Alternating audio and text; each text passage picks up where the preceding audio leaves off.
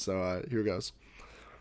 This wide old whiskery fish swims up to three young fish and goes, "Morning, boys. How's the water?" and swims away. And the three young fish watch him swim away and look at each other and go, "What the F is water?" and swim away. So that alone is pretty awesome. I feel like you could publish just that. So the meaning of that, let's unpack that. An old fish swims up to three young fish, right, and says, "How's the water?" So he's basically, and the young fish have no idea what he's talking about, right? They haven't lived long enough, or they don't have they haven't worked hard enough to gain the awareness to even know what he's talking about, right? And you can interpret this as a lot of different things. You can interpret the water in this fable as the systems that control us, such as like the waves within that water that push and pull us in various directions that we might even not be aware of. But I think it's that's how we're gonna attack it. But I think in this sense, it's being if you want to take it in a more like emotional context, I think it's just being gratefully aware, if that makes sense. Recognizing where you are in your place in it rather than just focusing on your like egocentric pursuits within this place, right? Because those young fish probably are just they're just worried about getting kelp and some bitches. I mean, like if I were a fish, I'd probably just want to like eat and get some tail. I mean, at least until like I outgrow, because like fish probably have a mating period when they're like young, spry. Like, I'm gonna get this bread, and then they get whiskery and philosophical. I got some are probably born just like that. Like some fish are probably born. They look around. They're like, "Damn, this is water. Look at all this stuff." But you need to learn about the water. You need to learn about the systems that be. So, um, you can. So, basically, right. The like re-summarized. Old fish comes up to three young fish. What is water? Or how is the water? What is water? Um, the old fish knows where he is. The young fish don't. Um, and so when I think about this metaphor, I'm gonna get into like how I personally interpret it now. And before I share an image with you, that's kind of like an extended version of what I think David Foster Wallace was suggesting, or at least what he suggested to me. We got to familiarize ourselves with the Great Acceleration. So I talked a little bit about this in the last episode. I think I mentioned the Anthropocene or the Anthropocene. I think it's the Anthropocene. That's how I originally said it. And then I heard somebody say the Anthropocene on a podcast, and I was like, "Oh my god, I've been saying this word wrong forever, and it's like the thing that haunts me in my dreams in every waking hour." But I think it's the Anthropocene. I looked it up in like the Webster dictionary, the Dictania, Britannica. I think Dictania, Britannica dictionary thing. I click the little button that makes it speak. It goes Anthropocene. All right. The Great Acceleration.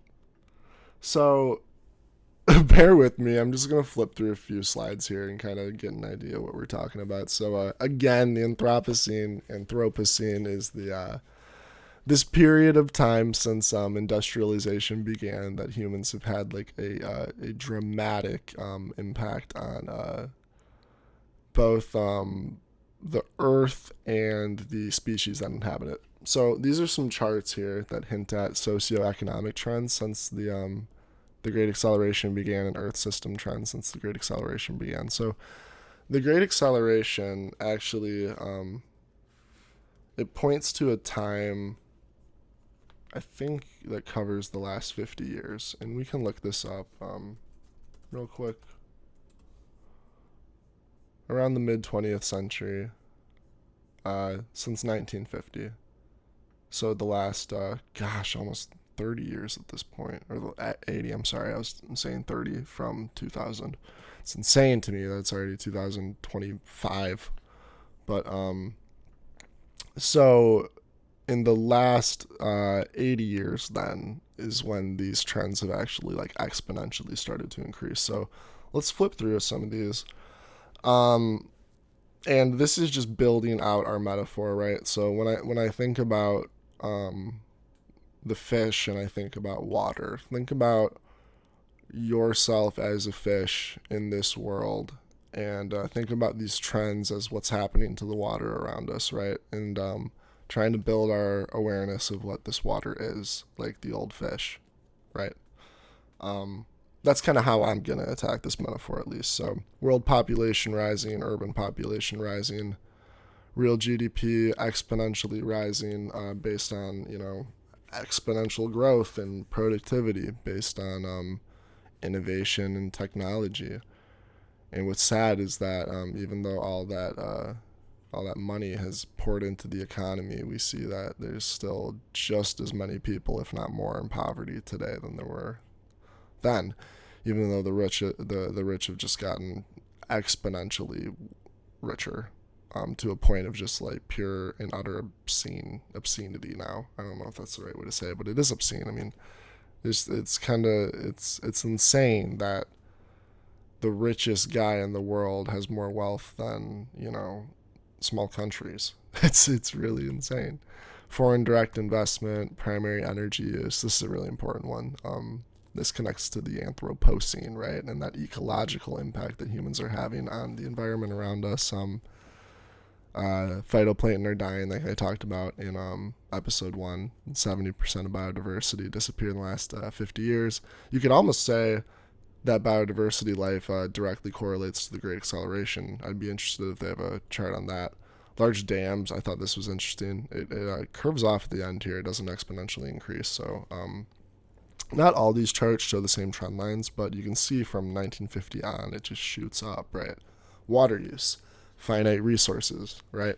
That's going to shoot up because there's all this extra activity within the economy. And think about how much... And there's also just like population growth. So there's massive booms in population, and that's part of this great acceleration too, right? A lot of our market models are based on continuous growth, and that assumes that populations will grow over time, because you can't continue to sell more products to less people if populations are waning. Okay. Paper production, another finite resource. Fertilizer consumption, which puts nitrogen into the water. It really can, F up your rivers and your microbiome when it comes to your oh my god, water habitats, however you want to say that, aquatic habitats, there it is. Transportation, this is a big one. That's increased a ton. Telecommunication, international tourism has spiked, which you can only imagine has led to even more invasive species around the world and, more habitat degradation. Carbon dioxide emissions leading to this greenhouse gas, or the greenhouse effect, which is basically these gases continually being trapped in our atmosphere and increasing global temperature. Methane production. This one's directly related to like agriculture and stuff. We don't have to, but there's more farming for like steaks and all these things that are feeding people and that they're eating more of now, because now there's more money within this economy. Nitrous oxide, surface temperature, blah, blah, blah, marine fish capture, cheese. And this actually is sad here. Now it's trailing down, even though you'd expect it to keep going up. And I think this is more of a supply and demand issue that we're seeing here. This is when a finite resource is stretched, right? Ocean acidification. Imagine what this is doing to the microorganisms that feed the larger organisms. And the problem is, it's like people are like, oh, save the polar bears, save the pandas because they're cute and stuff. You need to save the phytoplankton. And I feel like people don't even know what phytoplankton is, and that's so scary because it's like It's the most basic, like, in fundamental food source for like the smallest organisms within the ocean. And what do those small organisms do? They feed larger organisms, and the ones that we can see, and the ones that we usually tend to highlight. What else here? Coastal nitrogen, shrimp aquaculture, tropical forest loss, domesticated land, terrestrial biosphere degradation. Yeah, those charts all demonstrate the Great Acceleration, and I need that basis of knowledge formed so we can kind of talk about what I want to interpret this metaphor as. And you can almost say that this is like my literal personal demon.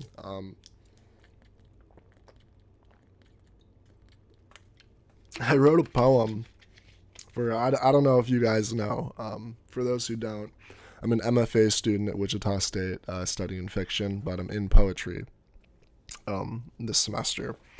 I wrote a poem about like the Anthropocene and how realizing the ramifications of like just realizing causality within this system and your role in it. So it's like if I go to the store and do this, that's connected to this part of the supply chain, that's connected to this part of the supply chain, resulting in this, you know. So I play that game with myself, and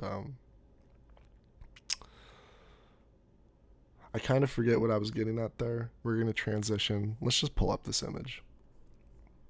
So I'm going to take us through kind of step by step how I imagine this this metaphor. So let's start basic, right? Remember the water and the fish? So the fish is our individual. This is you. You're the fish. The water is the world around you, and you know, specifically the current system that you abide within. And so this is your current culture. This is consumerism, and this is capitalism. Sorry for the misspelling. I'm not gonna lie to you guys. I had ChatGTP generate this for me based on my own inputs. Like I gave it all these different like labels, and then it kind of built this with it. I don't know why there's typos, but so the water is what controls you. It's what it's these waves within. Let's call it the waves within the water is capitalism, consumerism, your current culture, right? So it's like if you're alive during the Crusades, you're gonna be on horseback, torturing people, skinning people to believe in some, you know, version of that current god. Okay, so let's extend this metaphor. We have the fish, we have the water that we may or may not be aware of, and that's another thing that I'm trying to get at. So we abide to laws that exist within time and place. You know, we live our lives based on the confines of what society allows. If we were alive in North Korea, we wouldn't be doing what we're doing. We do what we do because we're in America. There's a certain culture that has societal norms, and we kind of play that game, right? And so let's build this this habitat, right? Let's pretend we're at a lake. The lake is the world. The lake is civilization now, and the water becomes your specific culture, right? And inside of that culture contains an economic system and a way of life system. So an economic system, capitalism, and the way that we operate within that capitalistic system is very consumerist. We're a consumerist driven society. And so surrounding us, right, are invasive species. These are corporations, and these corporations are eating up the resources that the fish relies on. So much like we saw in the Great Acceleration, these increasing trends in resource extraction these invasive species are coming in, these big conglomerates, and they're eating up all the resources that this fish needs to survive. While that's happening, there's apex predators swimming around.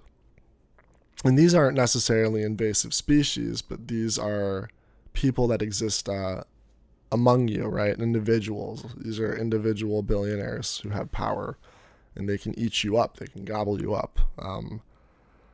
They can do that in a multitude of ways, right? Let's talk about the pollution element. So what's polluting this water? And this is where we get into like the firm comparison to the Anthropocene. Industrialization and industrialization drives consumerism or vice versa. I think it just exponentially increases these already growing trends, as we saw in the Great Acceleration. Once you expand capability, you expand repercussion, and people don't like to unload repercussion. They like to focus on what there is to gain in the short term. And so when I look at this and when I think about myself, I haven't posted for 5 years, right? And a big reason why is I, as this fish, felt like I was contributing to the pollution. I felt like because I was going to the grocery store, because I was buying shoes, because I was doing these things, engaging in my consumer-driven capitalist society, that I was as bad as these apex predators and invasive species. So I believe that any progress I made as myself, if I, as a fish, grew, if I ate resources around me, it was only contributing to this problem, because I, as a fish, can maybe see, like other fish around me cannot, like the old versus young fish, that this water around us maybe is polluted. And when I ask how's the water, and they say, what the F is water? Maybe they're, so that's what I'm kind of getting at. And I've been haunted by this idea that I, sitting on top of this supply chain hill, living in America, where I can literally go to grocery stores, go to textile stores where things are imported. And we're going to get to that when we talk about the Met Gala. But I used to really hate myself for this, and I ended up going to therapy for it. I talked about how do I progress myself without contributing to the end of the world. And I saw it that black and white. But what I have to realize is,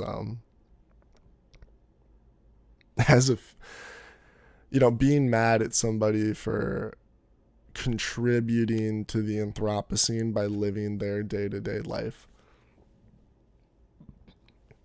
is like being mad at a fish for swimming and eating in polluted water. And you think about it, and like, you could say apex predator or invasive species too are like Taylor Swifts, right? Who fly private jets 15 minutes so they can avoid LA traffic. And these are things that are all polluting the water. And I transposed myself onto that entire line of causality. And that was wrong. And it resulted in me like withholding myself from a lot of opportunities. And I want to extend that olive branch to you. If you, as a person or somebody who really struggles with this idea that I don't like where the world is heading, I don't like where consumerism, is moving us, I don't like this feeling that the system that controls us is more powerful than the people within it. I don't like this feeling that we have to keep doing what we're doing even though things are getting worse. And so I guess what I'm trying to say is keep don't omit doing because you associate doing with negative causality. And I know that's a loaded phrase that I just threw at you, but the causality is what I'm talking about here, these linkages that I made between the fish and the pollution. And we can go up that ladder, right? The fish who works for the corporation, or the fish that buys food from the corporation, or the fish that goes to the Taylor Swift concert, who is one of those apex predators poisoning the lake through her decisions. Like, if you always operate on that level, you're going to be a minnow swimming around pretending you're a shark. And that'll get you eaten. Or you'll be a minnow who never eats, who never, gives himself sustenance or herself sustenance, and that'll result in you being a runt, and that'll result in you being powerless. And neither of those are good. And so when we think about what is water, and I want to read this one more time, because, again, this can be interpreted in a multitude of ways, but we're going to choose to interpret it through the lens of the Anthropocene or the Anthropocene, and more specifically, we're going to interpret it through the lens of the Great Acceleration. Okay? Let me try to find this here. Here we go. Sorry about that. This wise old whiskery fish swims up to 3 young fish and goes, "Morning, boys, how's the water?" and swims away. And the 3 young fish watch him swim away and look at each other and go, "What the F is water?" and swim away. Be aware of the water you're swimming in. Because that way you'll find forgiveness for yourself and the world around you. I think hate is fueled by only knowing slices of the story. If you knew all human perspective, you couldn't hate. All there would be is understanding, because you would know all human perspective. So if you find yourself self-hating or hating something around you, try to understand it. Try to see from its perspective. And and when I make this comparison, please don't think I'm forgiving these apex predators in our model or these invasive species. I'm saying I don't know if they're even aware of the water, if they're accepting their role in polluting the water. Because I think it's really nice to just be an invasive species and swim around in a lake and create algae bloom. Or algae bloom's a good way to think about a corporation. We're going to consume all the oxygen in the water, which is a finite resource, right? To grow exponentially. And what does that do? It squeezes out fish. It squeezes out other life forms because there's not enough oxygen for them to survive. So in these algae bloom areas, you see a lot of floating dead bodies.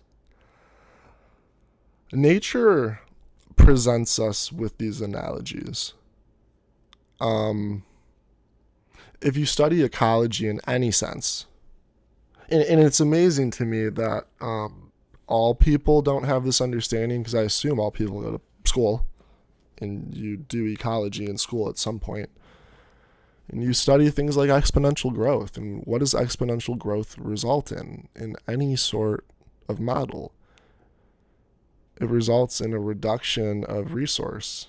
It results in extraction of the finite things that growing unit needs to survive.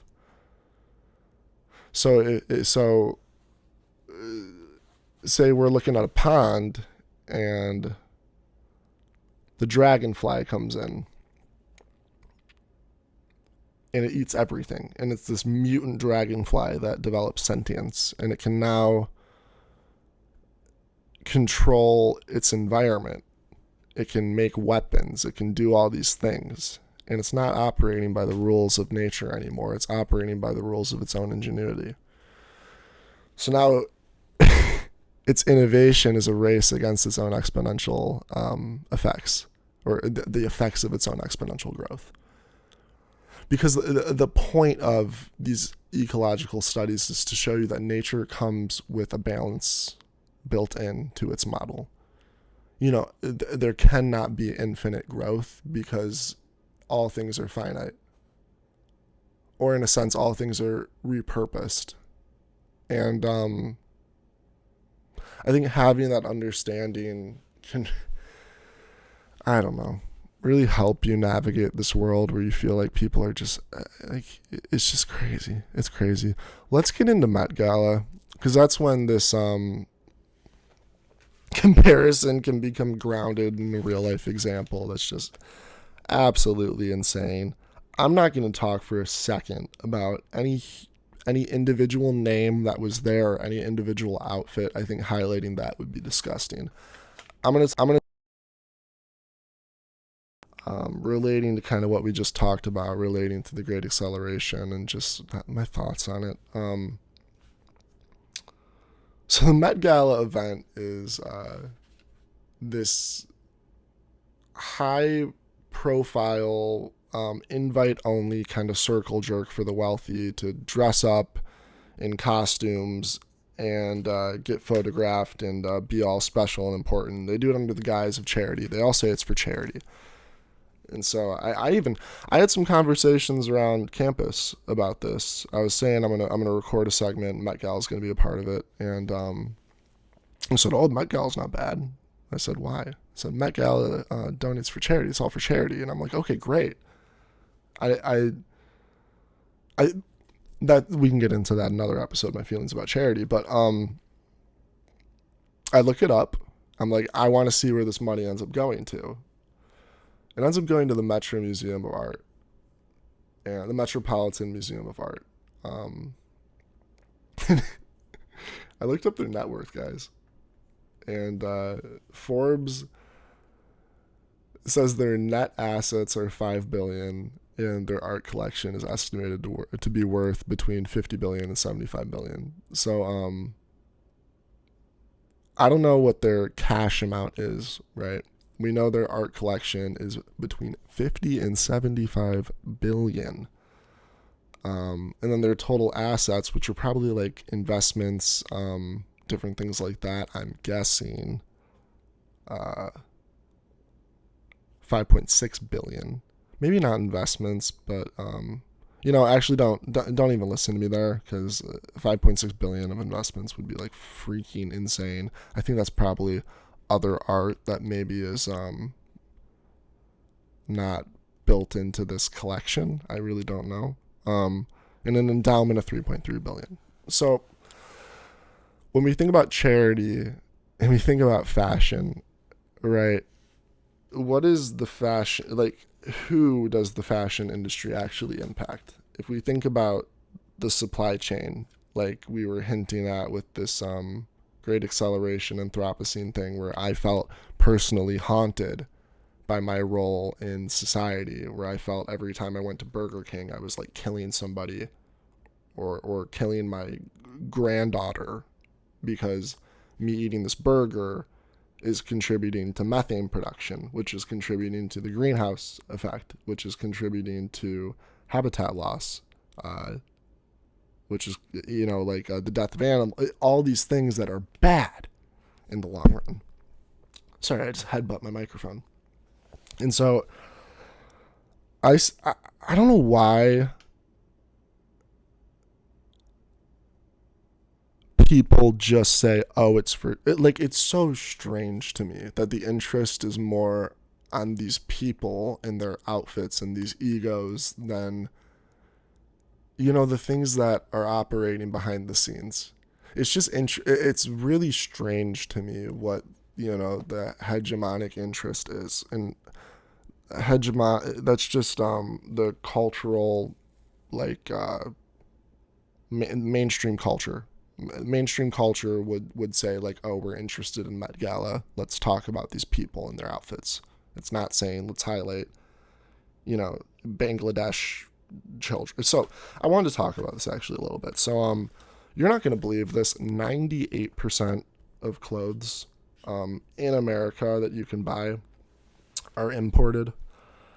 These come from a majority four nations: China, India, Bangladesh, and Vietnam. Bangladesh is especially known for having really horrible working conditions for for people in the textile industry. Not sure why my mic just went out, but I'm back. Average salary for a Bangladesh textile worker is $113 a month. And I think about Ford Charity, and I think about this Metro Museum of Art that's said to have a collection that's worth between 50 and 75 billion. And then I think about this Bangladesh worker, and I looked up the average age. It's like mid 20s. So you got to assume there's some like really young kids in there.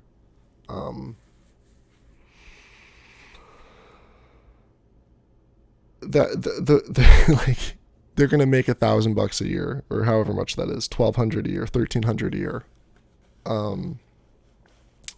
That's nothing compared to this. And this so-called charity is contributing to a museum that this textile worker will never go to. This museum is an extension of the high-profile circle jerk.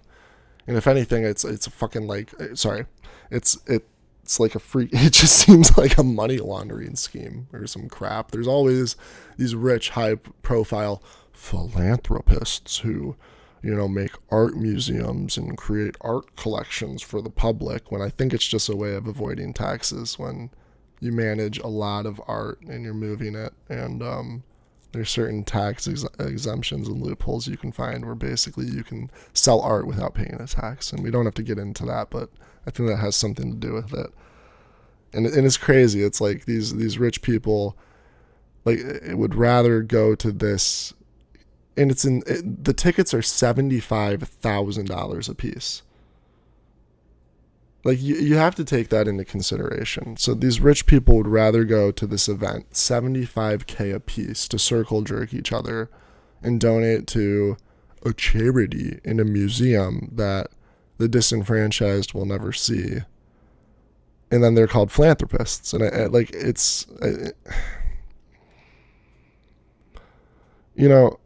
and they give their money, not their time. And that's telling too. They'll go pay $75K and say that this is for a good cause, but they're not going to give their time. They won't go to these textile factories and shake the hands of the people who probably stitched their stupid outfits that'll end up in a landfill after this event is over. My cat just jumped on my table. That's all right, though. I'll let him chill. Come here, buddy.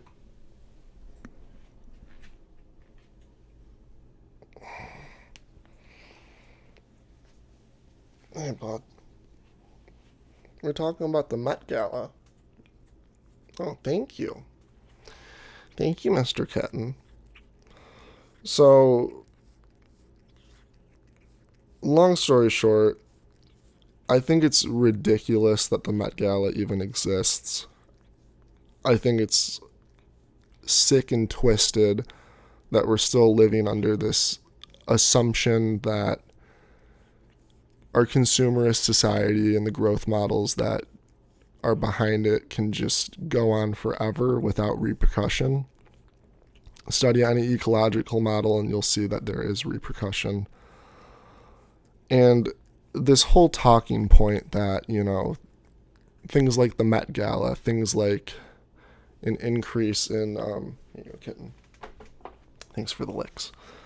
And this increase in just arbitrary capital movement, things like fast fashion, things like all these like clothes or whatever are good and they provide opportunities.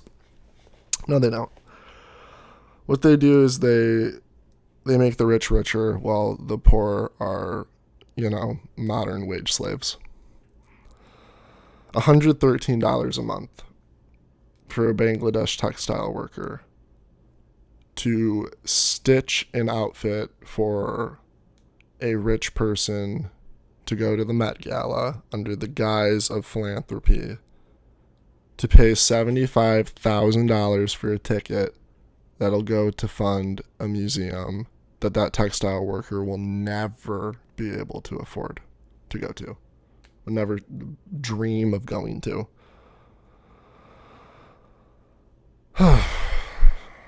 All right. I think that's enough, folks. This has been the MicMe TV show, episode 2. I know this had a little bit more of like a serious tone to it. I think I'm still trying to find my voice a little bit, finding what kind of content I want to talk about, how personal I want that content to be. This is a late night episode too, by the way. It's like my 4th or 5th take. We're trying. We're getting through it. Bear with me. We'll have more episodes to come. Every Friday morning at 10 a.m. Central, an episode will be uploaded, and I might be uploading more than that. I'll let you know. I hope you enjoyed. What is water? See you all next time.